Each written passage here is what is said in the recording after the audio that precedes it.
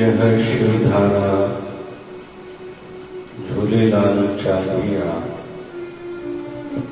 जिसको हम लोग 40 साल कह सकते हैं,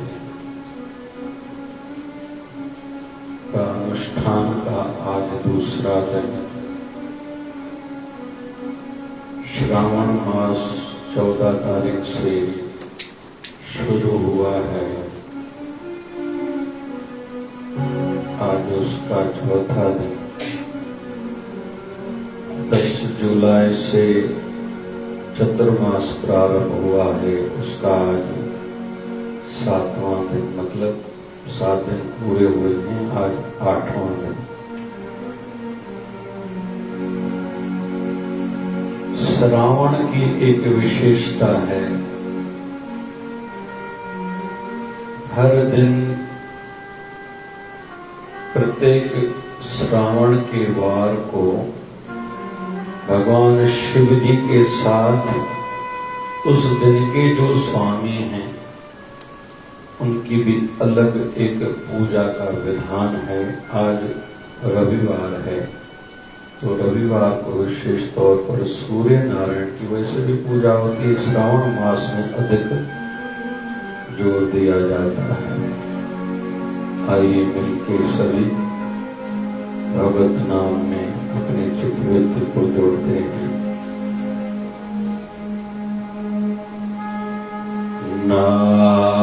नारायण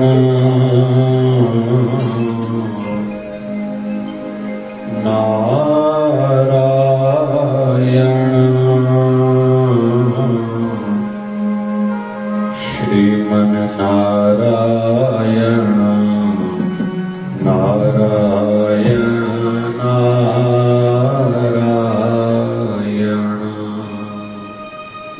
जपो जी नारायण नारायण श्री नारायण नारायण जपो जी नारायण नारायण श्री नारायण नारायण श्री नारायण नारायण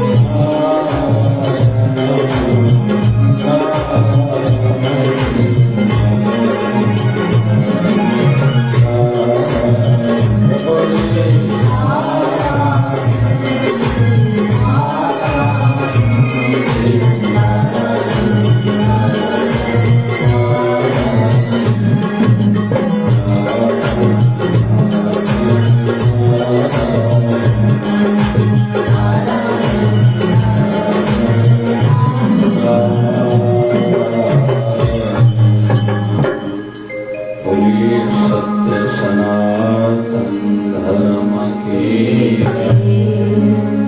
बोलिए लक्ष्मी नारायण भगवान की जय।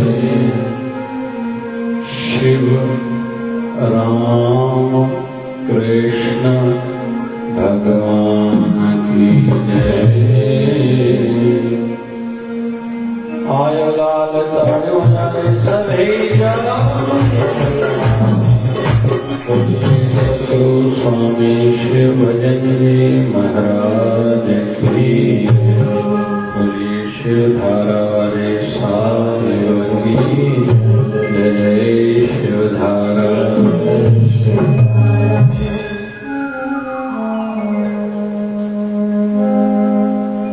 प्रभु मेरे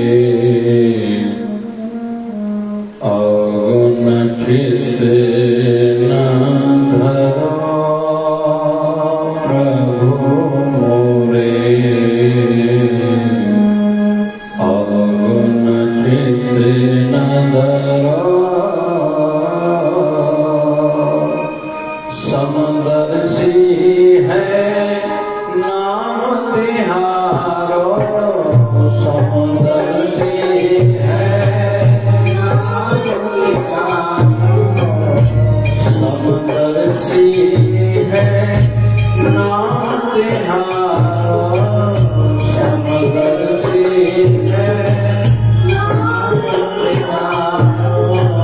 जाओ तो पाति करो, जाओ तो पाति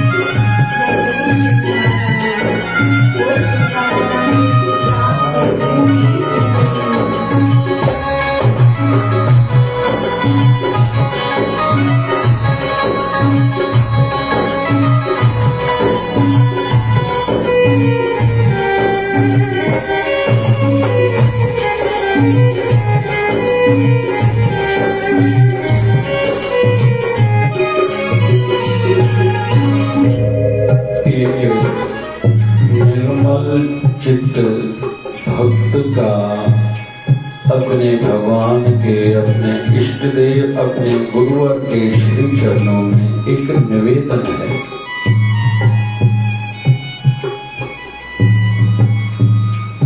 हे प्रभु, हे गुरु मेरे अवगुण चित्त न धरो।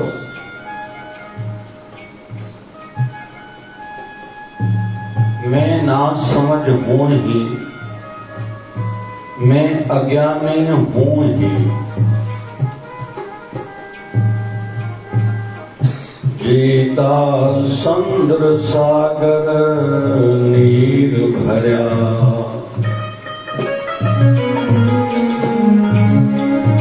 ते अवगुण हमारे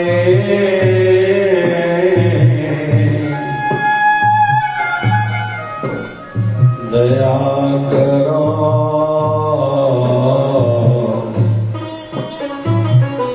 दया करो, कुछ नहीं रोकाओ।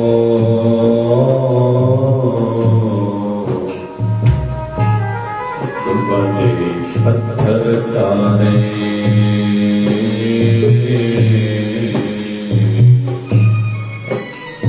डूबते पत्थर तारे। जितना समुद्र सागर में जल भरा है ना, उतने ही मुझ में अवगुण है।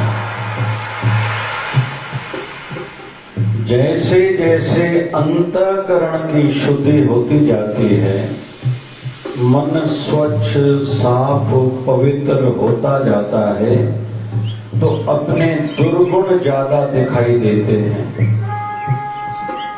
और जिनका मन जितना मलिन होगा, उसको दूसरों के अवगुण और अपने सद्गुण ज्यादा दिखाई देते हैं।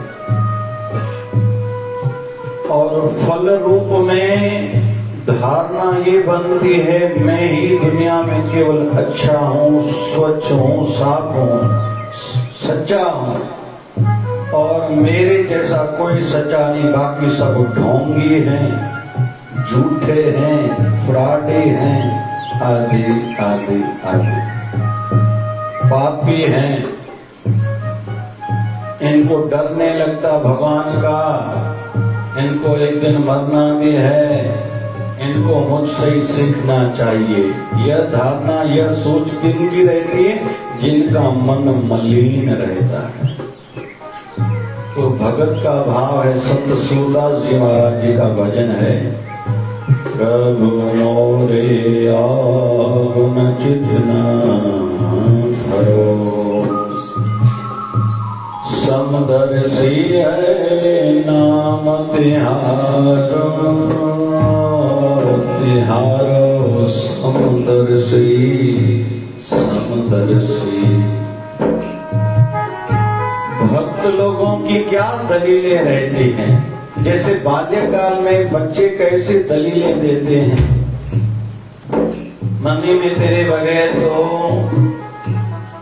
रोटी को हाथ तक नहीं लगाऊंगा, तू होमवर्क कराने के लिए बैठेगी तो ही मैं होमवर्क करूंगा। एक समय के बाद वो क्या कहता है, मम्मी मेरे कमरे में तू आती है, मैं डिस्टर्ब हो जाता हूँ, पढ़ाई खराब हो जाती है। आज के बाद मेरे कमरे में जल्दी जल्दी नहीं पूछने आया करो, मैं रोटी खाऊं, चाय पीऊं, पानी पीऊं। तो माँ हंसती है। पहले वाली स्थिति को देख के फिर बाद में समझ जाती, मेरा बेटा भी समझदार हो गया है। वैसे ही आध्यात्मिक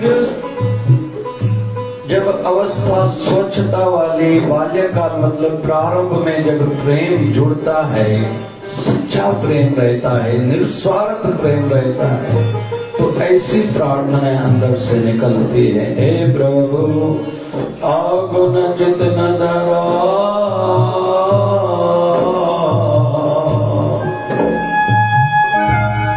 समदर्शी है नाम तिहारो,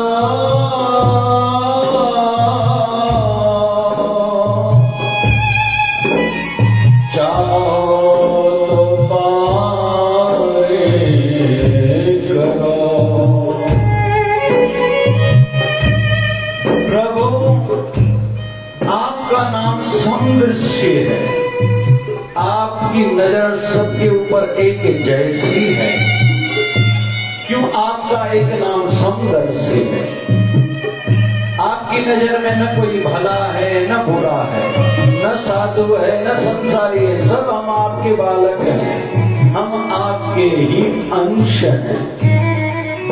इस भाव से चाहो तो पारे करो। मेरी कोई जबरदस्ती नहीं है, मेरी कोई विशेष मांग नहीं है, चाहो तो पार करो, आप चाहो तो मुझे पार करो। तो ये निष्कपट जिनका हृदय है, उनके हृदय का भाव है। हम लोग सत्संग कथा में जब भी जाएं, किसी भी प्रकार का भाव कोई विषय निकले, उस समय अपने मन को भी जांच के देखें, मेरी हृदय की इस समय अवस्था क्या है। क्या कहते हैं बच्चे मन के सच्चे, उन बच्चों उन बालकों की भांति भी मेरी प्रार्थनाएं हैं, या मैं बड़ा बन गया हूं, ज्यादा समझदार बन गया हूं। क्योंकि कहीं कहीं अपनी अक्ल दिखानी चाहिए, कहीं कहीं अपनी अक्ल नहीं दिखानी चाहिए। वो उतना ही अटक जाता है जो ज्यादा अक्ल से दिमाग से काम लेता है। जैसे घर परिवार हो या आध्यात्मिक जगत हो, जहाँ दिमाग से यहाँ कोई काम ज्यादा लेगा अटक जाएगा, उल्टा रह जाएगा। फिर यहाँ आगे संत सूरदास जी महाराज कुछ बातें कह रहे हैं। एक लोहा पूजा में राखत, एक घर बधिक करो, पारस गुण गुण नहीं चितवे, कंचन करत खरो। लोहा काहे का भी हो, कोई पूजा घर में घिंड लोहे का रहता है, चाहे वो हो, चाहे दुनिया का घर का कोई भी लोहा हो, चाहे कसाई की काट चाकू वाला लोहा हो, लेकिन लोहा कोई भी हो, जैसे पारस से स्पर्श होते ही वो सोन हो जाता है, वैसे प्रभु आप भी समदृष्टि हो। मैं पापी हूँ या पुण्यात्मा हूँ, जो भी हूँ, जैसे पारस गुण धर्म नहीं देखता, गुण अवगुण नहीं देखता लोहे का, उसको सोना बना ही देता है। आप भी मुझ पर वैसे ही कृपा जल्दी में कर दो। अभी दूसरी दलील, दूसरा उदाहरण।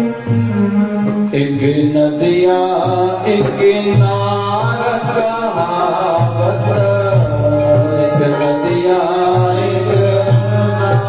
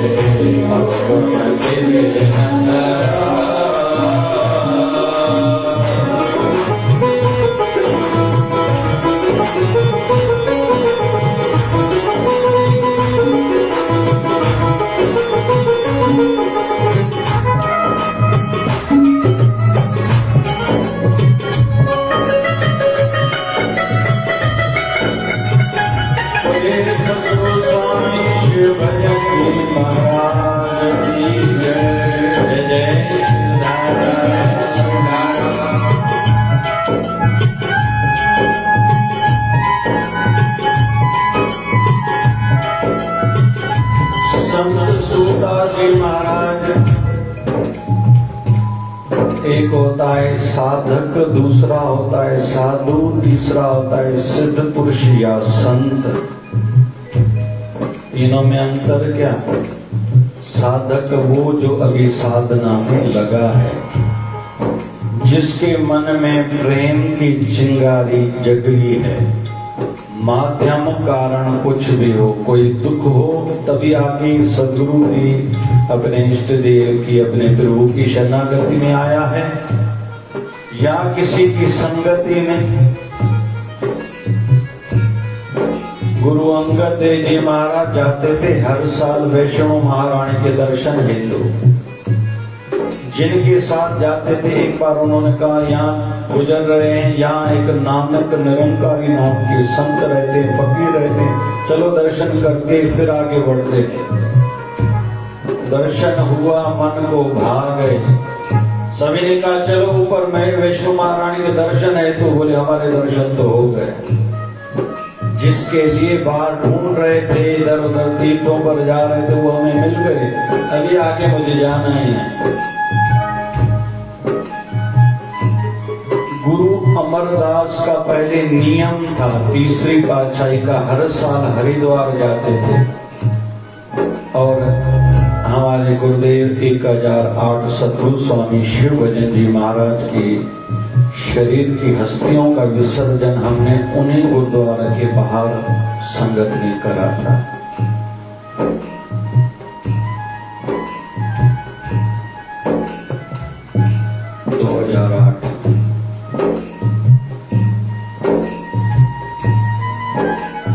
हरिद्वार में आस्था थी मां गंगा में, लेकिन जब गुरु अंगद देव की शरणागति मिल गई, फिर वहां के होके रह गए। क्योंकि दौड़, बाहर की यात्राएं, घूमना तब तक जब तक कोई मन का मीत न मिला हो। मन का मीत मिल गया, भी बाहर की काहे के लिए यात्रा करना। जिस कारण से, जिस लक्ष्य से, जिस भाव से कर रहे थे वो हो गया। अभी बाहर की यात्रा काहे के लिए। तो यहाँ संत एक दूसरा उदाहरण दे रहे हैं। एक नदिया एक नाग कहावत में लोही नीर भरो। कोई छोटा नाला हो या नदी हो, दोनों में भली मैला पानी भरा हुआ हो, लेकिन जब दोनों आके मां गंगा से मिलते हैं, गंगा मैया की यात्रा गंगोत्री से लेके गंगा सागर तक है। लगभग 2500 किलोमीटर की यात्रा मां गंगा करती है। तो रास्ते में कई नाला नदियों का मिलन होता है, लेकिन जो भी मैला भले पानी हो गंगा मैया से मिल गया तो गंगा का ही रूप बन जाता है। वैसे ही हे मेरे प्रभु, हे मेरे गुरु, मुझे आप खुद से मिला लो, फिर मेरे पाप खुद ही धुल जाएंगे। मैं स्वच्छ हो जाऊंगा, आपके श्री चरणों में बैठने के योग्य बन जाऊंगा। क्या संत दलील देते हैं, उल्हाना देते हैं, निवेदन करते हैं। आगे संत सूरदास जी महाराज कहते हैं, एक जीव एक प्राण कहावत, एक जीव एक प्राण कहावत, सुर श्याम जगेरो सूरज राम जगेरो। एक जीव एक प्राण कहावत, एक जीव एक प्राण कहावत, सूरज श्याम जगेरो। सूरज श्याम जगेरो। अब की भेर मोए पारो तारो, अब की भेर मोए पारो तारो, नहीं पन चरण करो।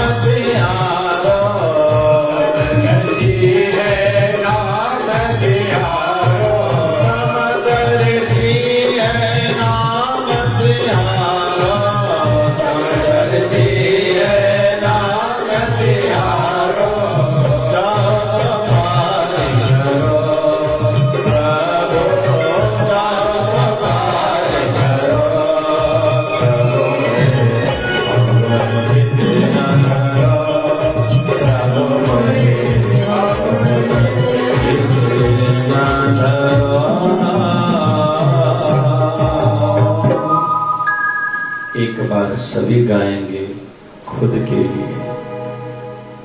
प्रभु मोरे अगन चिते न धरो, प्रभु मोरे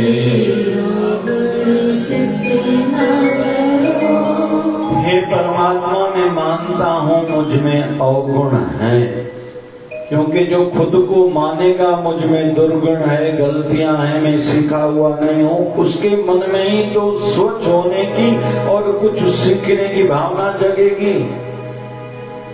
अधिकतर संसार के लोग कहते हैं मैं जानता हूँ, मुझे सब समझता है। कहीं कोई बड़ा सिखाता है, सामने से जवाब नहीं दे पाते, मानना तो है नहीं, फिर मन ही मन में कहते ये तो बोलते रहते हैं, और इंसान की प्रगति यहीं रुक जाती है। सदैव उड़ान की ओर कौन बढ़ते रहते हैं, तरक्की उन्नति किसकी होती रहती है, जो सदैव सीखने का भाव रखते, सीखते रहते हैं। दत्तात्रेय महाराज ने तो गुरु तो एक है, लेकिन गुण गुरु 24 करे हैं। सीखने का भाव है, सीखने वाली आंख हो, ये दुनिया पूरी किताब है, रोज पूरा दिन सीखने को मिलता है। हमारी जब MBBS के बाद इंटर्नशिप थी, तो एक बार हमारे प्रोफेसर ने हमें समझाया था, मेडिसिन के डॉक्टर थे, कि हर मरीज आपको सिखाने के लिए आ रहा है, नई बात सिखाएगा, लेकिन आपकी आंख सीखने वाली हो। मरीज कहता ये दूसरा डॉक्टर तो ये कह रहा था, पिछली बार तो मुझे पेट में दर्द हुआ था, डॉक्टर ने एसिडिटी बोली थी, आप कह रहे हो अभी आपको स्टोन है, किडनी स्टोन है। मतलब वो सिखा रहा है, केवल आप पेट के दर्द को स्टोन की दृष्टि से नहीं देखो, एसिडिटी के कारण भी पेट में दर्द होता है, वो सिखा रहा है, आपको समझना है हमें।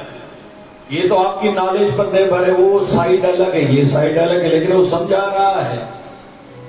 पिछली बार पेट में दर्द हुआ था, लेकिन लूज मोशन हुए थे, मतलब इन दोनों से हटके भी एक कारण और है।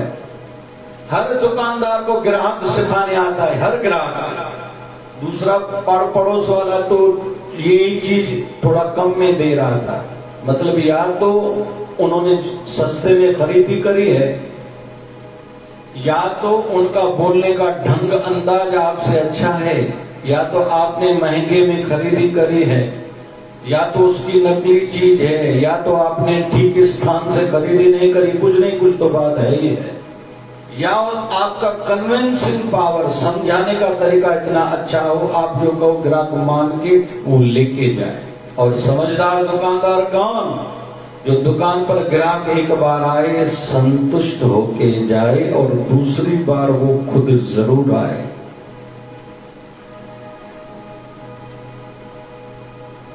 स्वामी विवेकानंद जी महाराज ने इस संदर्भ में संत साधुओं के लिए, आश्रमधारियों के लिए एक विशेष वचन कहा है, उसको थोड़ा मैं बदल के भाव वही कह रहा हूं।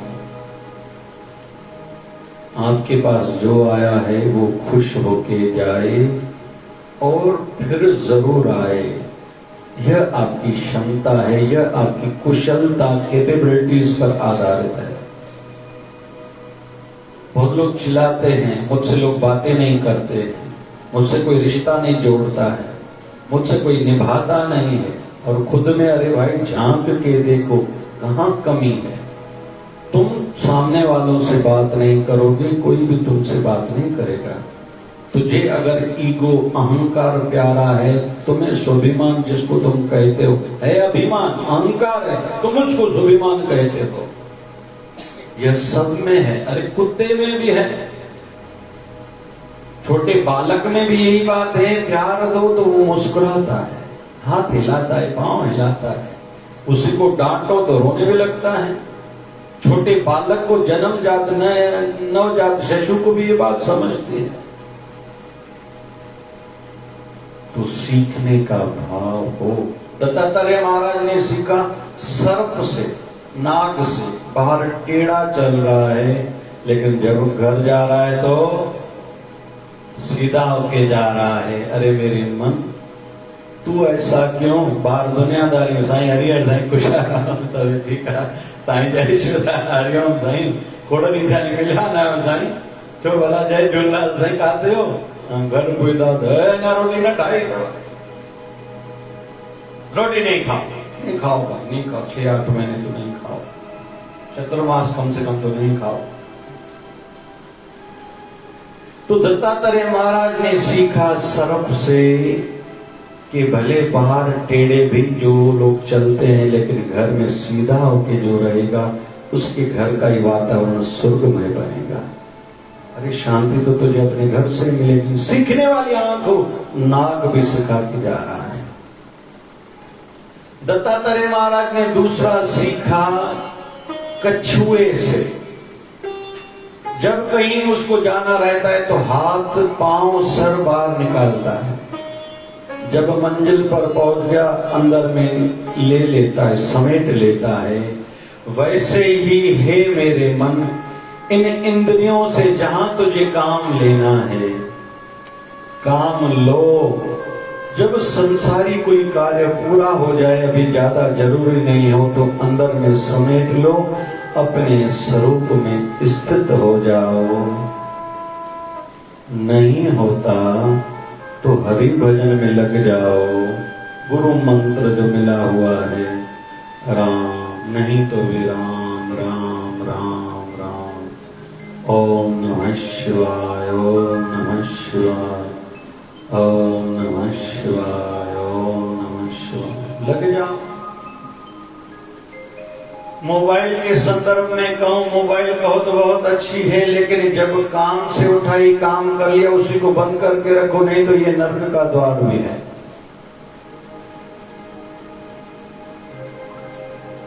सभी को अंदर में तो बहुत लगता होगा, सामने से कोई नहीं कहेगा, क्योंकि हमारे अहंकार को कहीं तो चोट लग रही है। असायड़ा थोड़ी असांजे घर में ॿिया आहिनि, पाड़े में आहिनि, यार दोस्त आहिनि, मिट माइट आहिनि, असां थोड़ी आहियूं। असां कॾहिं कॾहिं थोड़ा इंसान आहे न, इंसान आहे। प्रभु मोरे अवगुण के धरो। फिर उपाय भी यहाँ सीख रहे हैं। प्रभु मोरे अवगुण के धरो। दत्तात्रेय महाराज ने तीसरा सीखा जल से। जल को जितना भी गर्म करो, छोड़ दो, ठंडा खुद ही हो जाता है। हे मेरे मन, जल को जब तपाया जाता है तो भाप का रूप लेके ऊपर की ओर उड़ान भरता है। या तो तुझे कोई तपाए, दुख दे, फिर वो जब चला जाए तो ठंडा होना तुझे आना चाहिए। हर समय तपे खपे नहीं रहो, गर्म नहीं रहो। या बहुत जब दुख संसार के सताएं तो माई मीरा के कारण अपने ठाकुर, अपने गुरुवर के पास चले जाओ, ऊपर की ओर उड़ान भरो। अटको नहीं, मुझे इसने दुख दिया, इसने मुझे तकलीफ दी। शीतल होना भी तुझे आना चाहिए। जो होली सो होली, जो हो गया सो हो गया। सीखने का गुण दत्तात्रेय महाराज जी ने सीखा था चौथा अग्नि से। आग को खुली हवा में कोई जगाए, कोई हवन कुंड हो या किसी भी प्रकार, चाहे शमशान की अग्नि हो, लेकिन अग्नि की यात्रा सदैव ऊपर की ओर रहती है, वो रुकती नहीं। किसी घर में आग लग जाए तो रुक जाएगी, भली खिड़कियों से, दीवारों, दरवाजों से बाहर निकलेगी, लेकिन उसकी यात्रा ऊपर की ओर रहती है। हे मेरे मन, तेरे जीवन का ध्येय, तेरे जीवन का लक्ष्य भी प्रभु प्राप्ति होनी चाहिए। तू भी सदैव अपने प्रभु की ओर यात्रा को बढ़ा। तो जिनके अंदर सीखने का गुण है, पहले तो हम सबके अंदर में सीखने का गुण होना चाहिए। सब जगह से अच्छों से अच्छाई सीखें। बुराई वाले लोग हमें अच्छे नहीं लग रहे, जिनकी हमने कोई बुराई देखी, यह मुझे अच्छा नहीं लग रहा है, इसलिए मुझ में भी ये अगर दुर्गुण होगा तो मैं भी किसी को अच्छा नहीं लगूंगा। क्यों मैं अच्छे कपड़े पहनता हूं, अलग अलग पैटर्न, महंगे कपड़े, फिर बहुत लोग सोना पहनते हैं, पुरुष लोग भी सोना पहनते हैं। पहले के जमाने में अंगूठी पुरुष लोग क्यों पहनते थे? मुख्य ये बात रहती थी, परदेश में जाए, कोई पैसे कम हो जाए या जेब कट जाए तो वो अंगूठी बेच के वो अपना काम चलाए, अपने घर तक पहुंचे। आज के युग में चलो गूगल पे आदि, मोबाइल का डिजिटलाइजेशन का युग है, चलो दूसरे साधन हैं।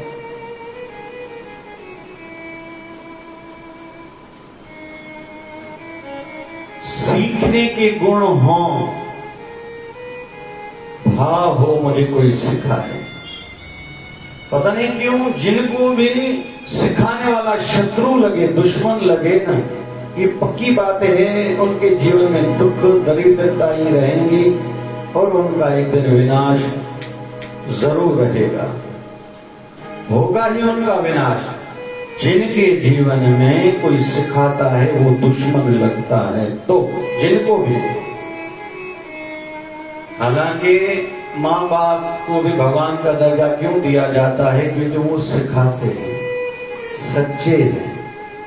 बहुत लोगों को घर के बड़े कहते हैं, कहते आप सदैव मुझे टोकते रहते हो। अरे भैया, अपने तुझे तेरी गलतियों की ओर ध्यान दिलाएंगे। जो पराए रहते हैं ना, तेरी प्रशंसा, वाह भाई, खुशामद करेंगे, वाह भैया बहुत अच्छे हो, आप तो अच्छे दिख रहे हो, वो आपके अवगुणों के संदर्भ में नहीं बताएंगे। और विशेष तौर पर स्वार्थी लोग, बाबा शिवजन जी महाराज इस संदर्भ में कहा करते थे, हमारे सद्गुरुदेव भगवान, जिस दिन किसी ने आपको आपकी गुणों के बारे में बताया, आपको अपनी उस क्वालिटी पर खुशी हुई, मतलब समझना कहीं तो भी आपकी गाड़ी रुकी हुई है। संत कबीर कहते हैं, निंदक नेरे राखिए, जो आपकी निंदा करता है उसको नजदीक रखो। आपके घर में जो आपको टोकता है ना, वो सिखा रहा है अभी अभी ये अवगुण आप में है। शरीर पर कुछ भी लग जाए हम आंखों से देखते हैं, लेकिन आंखों में जब कुछ कंकड़ पड़ जाता है तो कैसे देखें? तब आंखों से पानी बहना शुरू हो जाता है और खुजली होती है। तो ये तरीके हैं, ये तो चलो प्रकृति के बाद कोई परमात्मा ने एक सिस्टम बनाया है, लेकिन हम सबको सीखने को मिल रहा है। आपके जो अपने हैं ना, ये सिस्टम है आपको सुधारने संवारने के। आपकी ईगो को, अहम को चोट न लगनी चाहिए, मैं किसी से कम हूं क्या, ये लोग खुद को क्या समझते हैं। यहां तक के शास्त्रों में भी कहावत है, राम जी ने जो किया आप वो करो, कृष्ण ने जो कहा वो करो। क्यों? क्योंकि कृष्ण ने कुल विचित्र कुछ लीलाएं करी हैं, आप भी करोगे तो विचलित हो जाओगे। कुछ ना समझ लोग कहते हैं भगवान श्री कृष्ण ने इतनी विवाह करे थे, शादियां करी थी। अरे पढ़ के देखो तो सही, आपको कैसे पता चलेगा क्यों करी, क्या परिस्थितियां थी। हमारे जीवन में भी धर्म संकट आते हैं बहुत बार, हम लोग भी अलग प्रकार का कुछ न कुछ निर्णय लेते हैं। ठाकुर जी को भी लेना पड़ा था।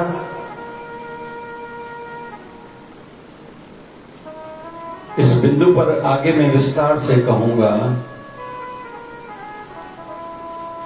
लेकिन आज संकेत देता जा रहा हूं। इतिहास में विचित्र उदाहरण है। मां सीता उद्गम हुई थी धरती से, जनक पुत्री ने ही है वैसे, जानकी लेकिन उनका नाम है। द्रौपदी जी धरती से उद्गम हुआ है उसका। 5 पांडवों की एक पत्नी द्रौपदी थी। ये धर्म संकट की बातें हैं, ये उदाहरण ऐसे हैं। इसका मतलब नहीं हम भी इस प्रकार की कोई सोच रखें, इसका अर्थ ये नहीं है। हमारे जीवन में भी ऐसी बहुत सी परिस्थितियां आती हैं। इस दृष्टि से हर किसी को भगवान ने यूनिक बनाया है, एक दूसरे से अलग बनाया है हर किसी का। इसलिए कहते हैं संतों की बायोग्राफी, जीवन चरित्र पढ़ो, सुनो, या तो आजकल सोशल मीडिया पर यूट्यूब प्लेटफॉर्म हो या फेसबुक हो, देखो संत कबीर का जीवन देखो, संत रविदास जी महाराज का, संत नामदेव जी महाराज का, सदगुरु बाबा शिव भजन जाए, साईं जी का जीवन चरित्र देखो, बहुत सीखने को मिलेगा। संकट काल तो सबसे ज्यादा तो संतों के जीवन में आते हैं। लोगों को ऐसे लगता है हमारे जीवन में है। एक बार किसी संत ने कहा था आनंद ही आनंद है। बोले क्या आपको लेना देना थोड़ी है गुरु जी, न किसी से पैसे लेने हैं न देने हैं, आपको आनंद ही आनंद है। हमसे पूछो हमारे जीवन में कैसे आनंद ही आनंद आएगा। अरे बोले तुम 4 लोगों को पालते हो, परवरिश कितने की तेरे ऊपर बोझ आके, और घर के 4 व्यक्तियों का है, हमें तो लाखों लोगों को देखना रहता है। फिर अपनी भक्ति, अपनी वृत्ति को बनाए रखना है, और अपने गुरुवर की सदैव हम प्यार में, ध्यान में रहते हैं। वहां भी कोई किंचित मात्र भी बात इधर उधर नहीं होनी चाहिए। भैया आप तो 4 लोगों पर आधारित हो, फिर आपको आशा है मैं अपने बेटे को अपने पैरों पर खड़ा करूं, हो जाएगा। हम लोग ऐसा थोड़ी सोचते हैं। हम तो ऐसा जीवन जीते हैं, जीवन के साथ भी, जीवन के बाद भी संसार को दें, हमारे माध्यम से लोगों को लाभ पहुंचे। मैं कोल्हापुर गया था, एक महापुरुष से मिला था। लोगों को अपनी समस्याओं के समाधान बताते थे, और भंडारा चल रहा था। मुझे कहा महाराज जी आप देख के आओ। मैं देख के आया। साथ में 15 साल पुरानी बात होगी, स्टील का फर्नीचर था। उस समय ज्यादा स्टील का फर्नीचर समाज में नहीं चलता था, लेकिन वहां था। बैठा के ऐसे ही जैसे किसी बड़े होटल में हम लोग खा रहे, इतनी सफाई थी। लेकिन मुझे बाद में कहा मैंने बैंक में इतने पैसे रखा दिए हैं कि जिससे इंटरेस्ट इतना मिले, मेरे मरणों उपरांत, मरने के बाद भी ये भंडारा चलना चाहिए, मेरी ऐसी धारणा है। संतों ने अभी 10-12 साल पहले शरीर त्यागा। मैंने किसी से फिर पूछा अभी तक वो भंडारा चलता है? बोले हाँ चलता है।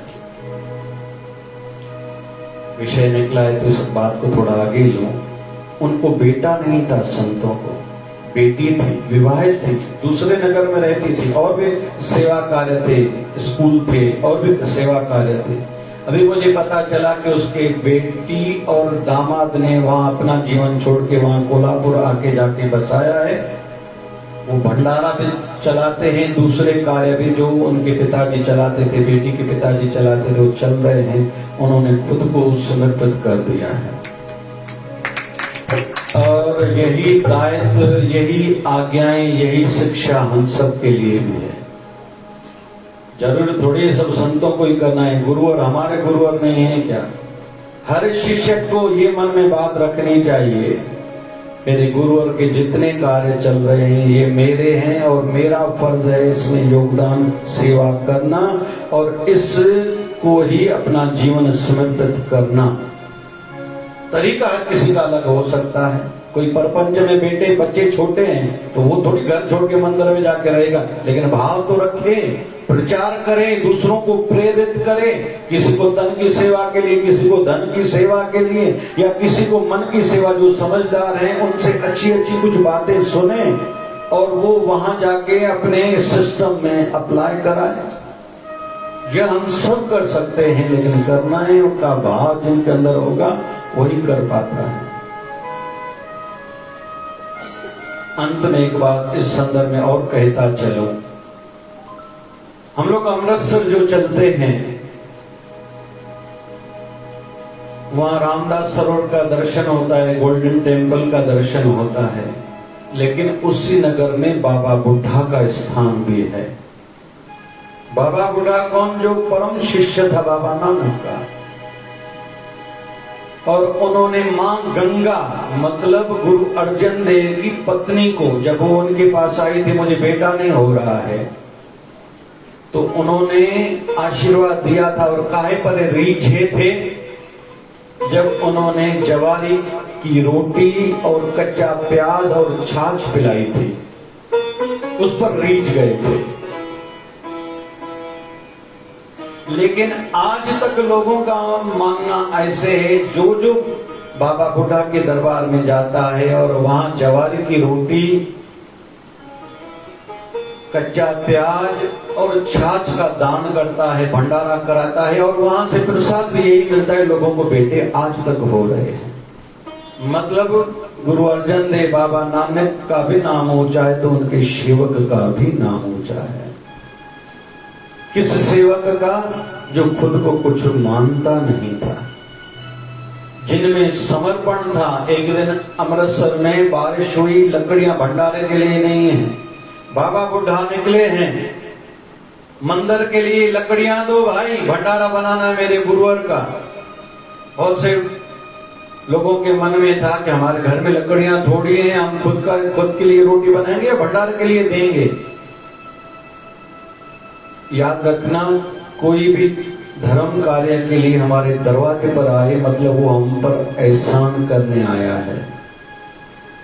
फिर वो कृपा हुई तभी कोई हमारे दरवाजे पर किसी सेवा के लिए आया है। सब छोड़ के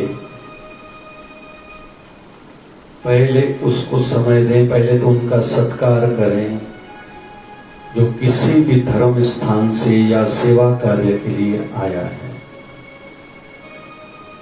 क्यों संतों का नाम ऊंचा है? क्योंकि पहले तो वो भजन को महत्व देते हैं, दूसरा परोपकार को महत्व देते हैं, खुद का ध्यान नहीं रखते, अपने परिवार। जो भी संत के जीवन को देखेंगे अपने परिवार पर उनकी नजर रहती नहीं है। ये फिर समाज का दायित्व बनता है कि उनके परिवार का ध्यान रखे। दुख से कहना पड़ता है, बड़ी बड़ी हस्तियों के परिवारों की आज स्थिति अच्छी नहीं दिखाई देती। कारण तो और भी कई होंगे, उनकी खुद के संस्कार अच्छे नहीं होंगे,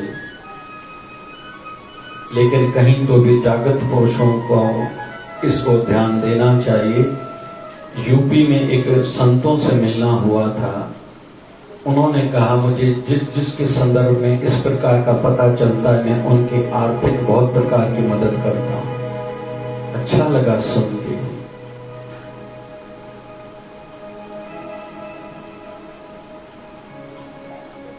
केवल अपने में नहीं जीना है, जो मेरे गुरुवर के लिए जी रहे हैं मुझे उन दासों का भी दास बन के रहना है।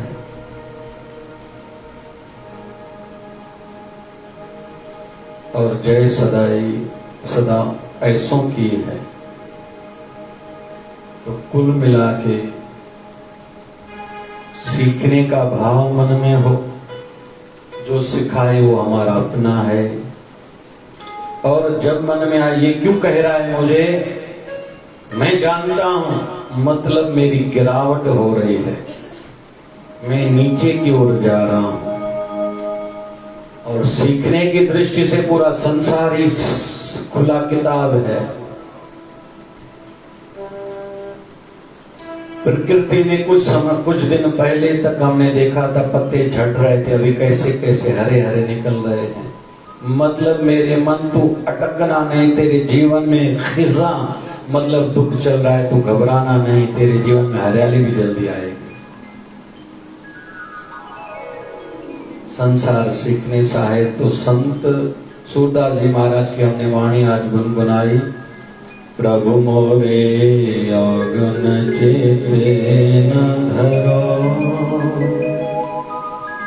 एक जीव एक ब्रह्म कहावत सुर श्याम झगड़ो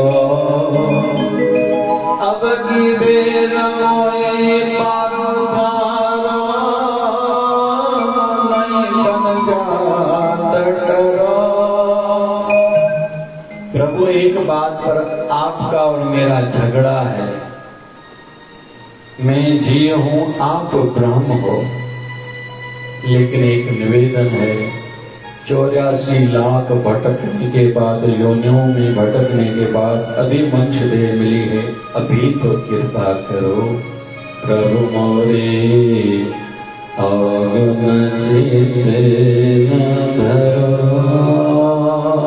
प्रभु मोरे अवगुण चित्ते न धरो।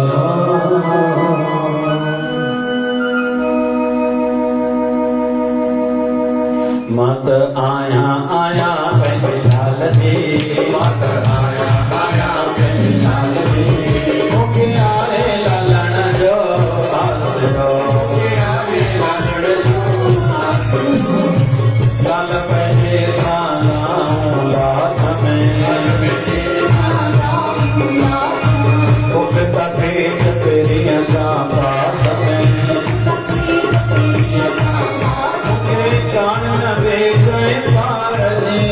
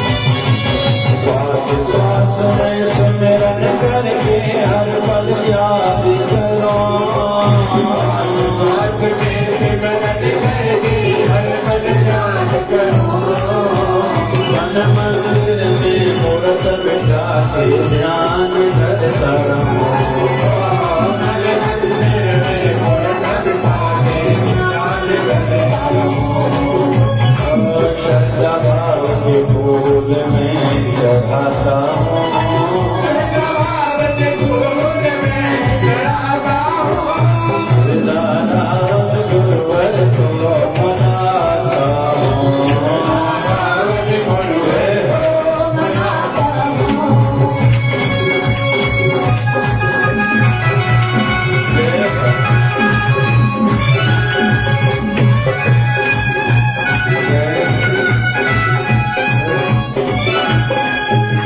सेवा कुछ अपने जल्दी कराते रहना,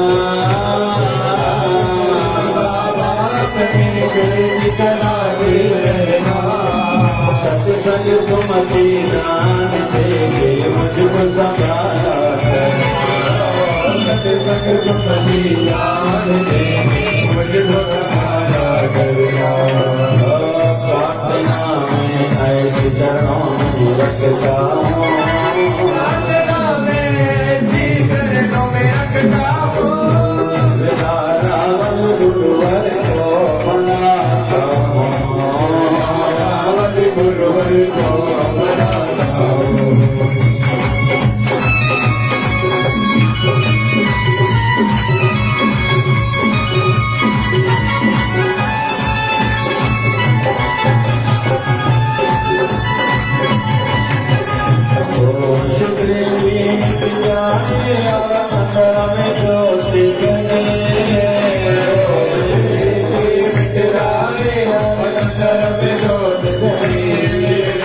जीवन लक्ष्य बस पूरा हो, संतदासी महादेव, जीवन लक्ष्य बस पूरा सतदासी महादेव, प्रेम भक्ति मिल जाए मैं चाहता हूँ, भक्ति मिल जाए मैं चाहता हूँ, रावण गुरुवर को मनाता हूँ, रावण गुरुवर को मनाता हूँ, मनाता हूँ, मनाता हूँ, मनाता हूँ, मेरी आरती में रोज गाता हूँ, रोज गाता हूँ, गुरुवर को ली जाता हूँ, गुरुवर को ली जाता हूँ, अपने सतगुरु को मनाता हूँ, मनाता हूँ, सच्चे भाव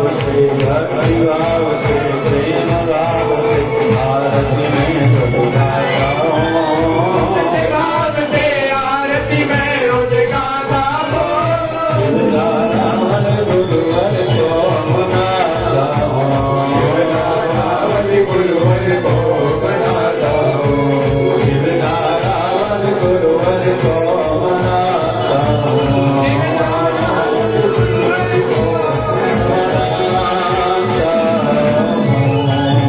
बोलिए सदगुरु स्वामी शिव भजन जी महाराज की, बोलिए शिवधारा वाले साहिब की, जय शिवधारा।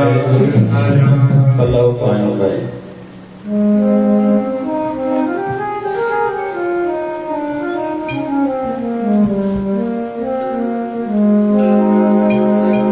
श्री राम राम राम राम राम राम राम राम राम श्री राम। बढ़ती रहे मेरी भावना,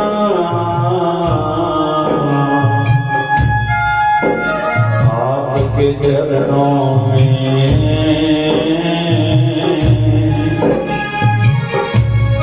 बुलाना ना मुझे,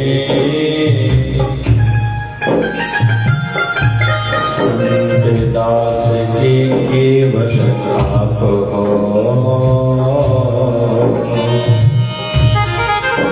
संत दास के केवल आप हो।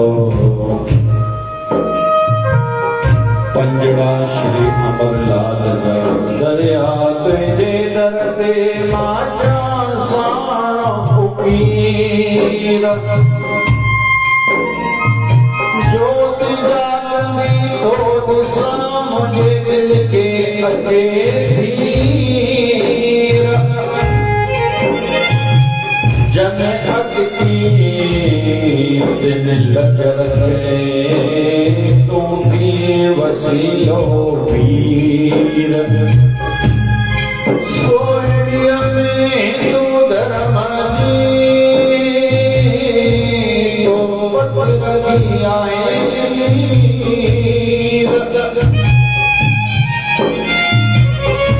के पातशाह वजीर। आन गोला तुझे घाट जा।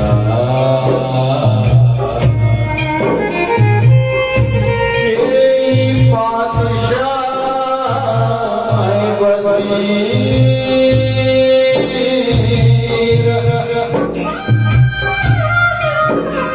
आन गोला तुझे घाट जा।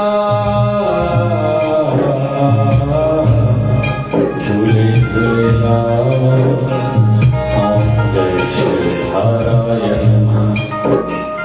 हे सद्गुरु दीनदयाल, हे परम पिता परमेश्वर, हे लक्ष्मी नारायण भगवान, हे शिव राम कृष्ण भगवान, हे ज्योत निवारा लाल साईं, हे शिवदा राजा साहिब।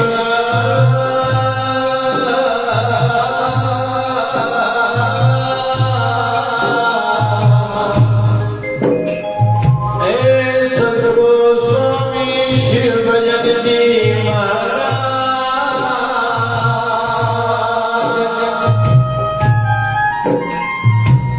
संगत मिली करे भगवती काय जो भलारो दिहाड़ो। शिवधारा झूलेलाल चालीहे जो ॿियो दिहाड़ो। संगत कल खां किन 40 ॾींहं जो किन 9 ॾींहं जो उपवास रखियो। के अॼु गानो ॿुधाईंदा के ओम नमः शिवाय जो अखंड जप कनि था। के भागवत महापुराण, के रामायण, के श्री गुरु ग्रंथ साहिब, के शिवधारा अमृत ग्रंथ जा पाठ पढ़नि था। के सेवा कनि था मुंहिंजा सतगुरु। किन ज्योतियूं जगायूं नी कोई ॿारहं तव्हांजे दर ते खणी आयो आहे। जेका बि संगत तव्हांजे दर ते आई आहे सभिनी ते कृपा कजो। सभिनी के भक्तिय जो दान अमृत वेले जो स्नान बख्शो। पंहिंजे चरण कमल जो ध्यान बख्शो। असां जेड़ा तेरा मीरा मंदा तव्हांजा आहियूं। पंहिंजे राम नाम जी चाप में ढकियो मत पूजी मन नीमो कयो। मुंहिंजा सतगुरु कृपा कयो सदाईं सिखण में भावना हुजे। जेको बि असांखे कुझु सिखाए उन जा एहसान मंद थी रहूं। सदाईं उन्हनि जे लाइ हिकु ऊचो हृदय में स्थान हुजे, भाव हुजे। उन्हनि जा ऋणी बणिया रहूं, कर्ज़दार बणिया रहूं। जेको कुझु बि सिखाए थो ही तव्हांजी प्रकृति, तव्हांजो ब्रह्मांड, ही जीवन जूं सभई परिस्थितियूं मूंखे सिखाए रहियूं नी। मां उन्हनि मां सिखां। आसीसा कयो अहिड़ो ज्ञान, अहिड़ी बुद्धि, अहिड़ी सम्झ, अहिड़ी सोच बख्शो। हिंदू धर्म जी जय कयो, गौ ब्राह्मण जी रक्षा कयो, न्याणियुनि जो भाग भलो कयो, पंजनि जो बोलबाला नगरी जो कल्याण। सारी विश्व जो कल्याण कयो बोले सत्य सनातन धर्म की सद्गुरु बाबा शिव भजन